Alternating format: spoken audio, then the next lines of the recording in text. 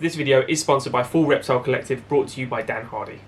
Head over to their website at fullreptile.co.uk where you can find anything from training gear, t-shirts, hoodies, all the way to coffee. For an exclusive 10% off, use Dan Said So at checkout. Make sure to also check out their YouTube channel for some of the best MMA content out there, bar my own. Let's get back to... Alright guys, UFC 274 prelim. We have a very good under-the-radar fight right now of Randy Brown facing off against Khaos Williams. And the Ox fighter's looking incredible in his last couple outings. He's only lost so far in the UFC to Michel Pereira, who is picking up some good wins in the UFC at the moment. But if you know anything about Khaos, go watch Abdul Razak Al Hassan get the cross from hell laid back, and that is knocking out a big boy in that fight as well. But Randy Brown ain't no pushover here. Randy Brown's a technical striker, good everywhere. But where do you see the holes for one of these guys, Steve? Yeah, no, I'll kind of start with Khaos Williams a little bit because, this guy came into the UFC 2020 and it was like a 20-second knockout, very quick. Then he gets his second fight against Abdul Razak Al Hassan, knocks him out in 30 seconds. And you're like, okay, like who is this guy? Khaos Williams, like the name is there, the Ox fighter, power from hell. Like this guy has it.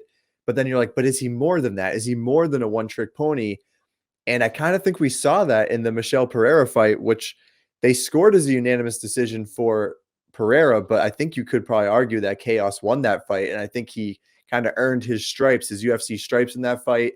And then from there, he goes on and beats Matthew Semmelsberger, who's a guy that I personally rate pretty highly. Yeah. And then he does it again against Miguel Baeza, which, now you can kind of say he's been knocked out by a couple guys at this point.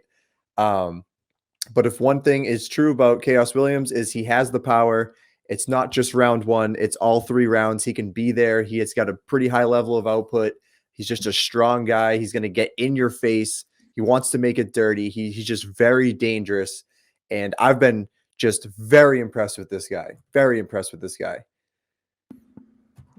Yeah, I mean, Khaos Williams to me is exactly as you described him, a devastating striker that has been unlucky in that Pereira fight. It was highly competitive, very competitive. You could score it either way, and I wouldn't be upset with any of your decisions, to be honest with you. But the Baeza fight, I rate Baeza very highly. I think he's got very crisp striking. I mean, we saw it at the weekend against Fiallo. He cracked him a lot more before he got dropped, and that guy's a clinical boxer. So there's a lot of great things to take here, and he's got very good experience already with only 5 fights. With 4-1 is a great opening 5 fights in the UFC, and you could argue 5-0, depending on where you look at it. He probably thinks he's 5-0 in his head. I don't think he thinks he lost that Michel Pereira fight at all. But Randy Brown here, Randy Brown is a guy who is so relaxed in the cage, moves incredibly fast, incredibly well, great front kick, super dynamic striker. I link him, if people remember Danny Roberts, Hot Chocolate. He's fighting soon as well. But he's very similar to him in stature, size. He's got the length. He's got everything here.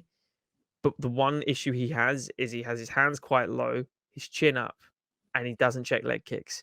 And there's 3 things Khaos Williams does incredibly well, which is a sharp right hand, which is straight down the pipe, hitting a high chin with a low guard, and opening with the leg kicks against Razak Al Hassan. Like, he snatched those legs away from that powerhouse. That guy's got tree trunks for legs, and he made him look like twigs. He's everything I don't want Randy Brown to face, but Randy Brown could be the faster guy here.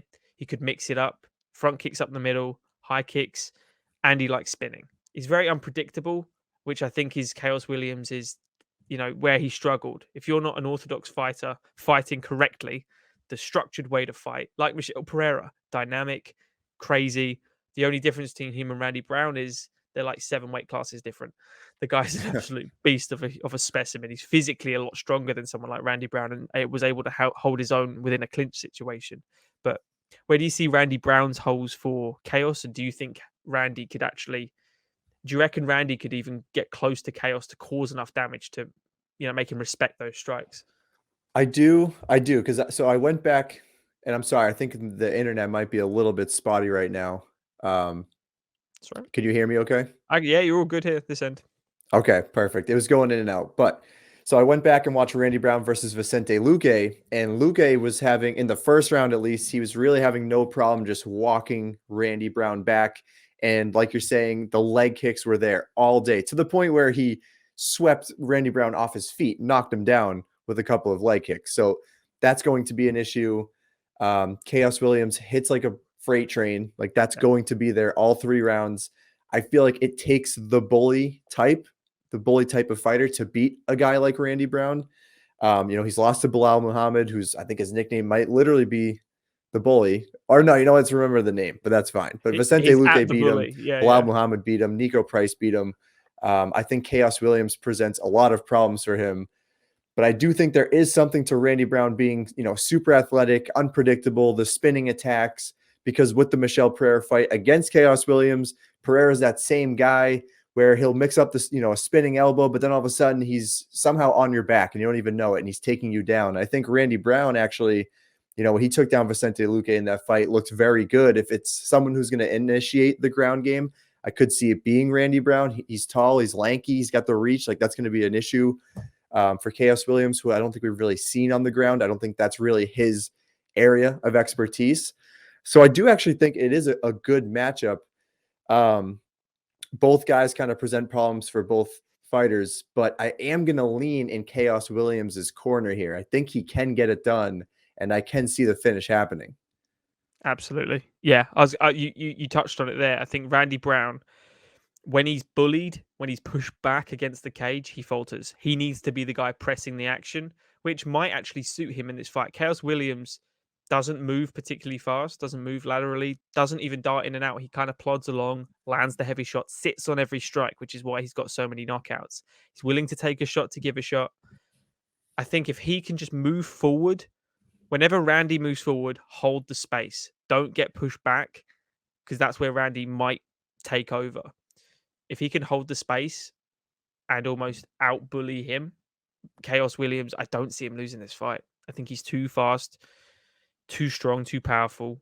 I know he's probably the faster guy, but I don't think he's got the power to hurt Khaos or make him respect the punch, to almost, hesitate in his striking himself. So I've got Khaos Williams as well. I think he's going to devastate him with the leg kick, take away the movement of Randy, take away the power shot, and I can see a first round finish for Khaos Williams here. Man, yeah, first round would be tough, but I want to say like Randy Brown is definitely, it seems like he's kind of an underappreciated fighter. Absolutely. He hasn't really been able to put it all together. He kind of goes like win, loss, but he has picked up a couple like 2 in a row wins. He is coming off 2 wins in a row right now against Alex Oliveira, I think, who just got cut, and then Jared Gooden, which is a good name to have on there. So he is definitely an underappreciated guy. A win here for him over Khaos Williams would be great for him.